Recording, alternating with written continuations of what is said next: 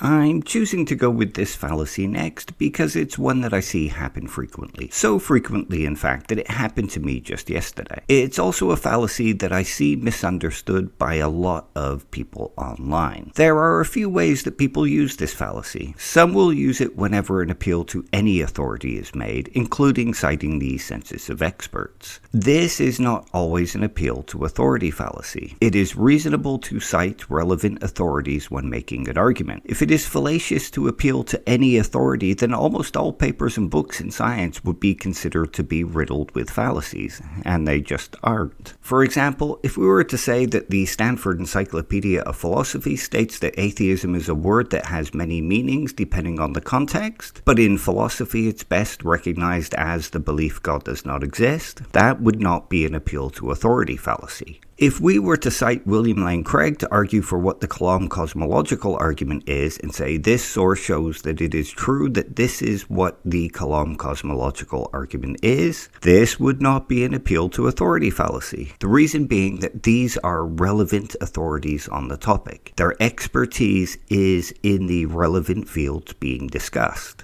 However, if we were to cite the Stanford Encyclopedia of Philosophy stating that atheism is best understood as the belief God does not exist, and therefore all people must use atheism in that way, then we would be committing an appeal to authority fallacy. While their expertise is in how the word is used, both colloquially and philosophically, their expertise does not extend to how the word ought to be used by all people. This is also why citing somebody like the American atheists or Aaron Ra or Randolph Richardson is an appeal to authority fallacy. None of these people are experts in the field of linguistics or experts on atheism or authorities on how the word must be used. In the case of American atheists, they may be an authority on how members of American atheists must use the word, but not how all atheists must use the word, or how other groups must use the word. The same goes for anyone making the argument that all atheists must use the word a certain way. So, to sum up, an appeal to authority fallacy is not committed when relevant experts are cited to support an argument. There is some wiggle room that can allow for citing a relevant authority to be fallacious, but in general, citing a relevant authority in a correct way and using that to support an argument is not committing the appeal to authority fallacy. An appeal to authority fallacy is committed when an irrelevant authority is used, and that irrelevant authority is used to claim that a particular conclusion is true. Citing your plumber's conclusion about your kitchen sink is not an appeal to authority fallacy, but citing your plumber's conclusion about vaccines causing autism certainly is.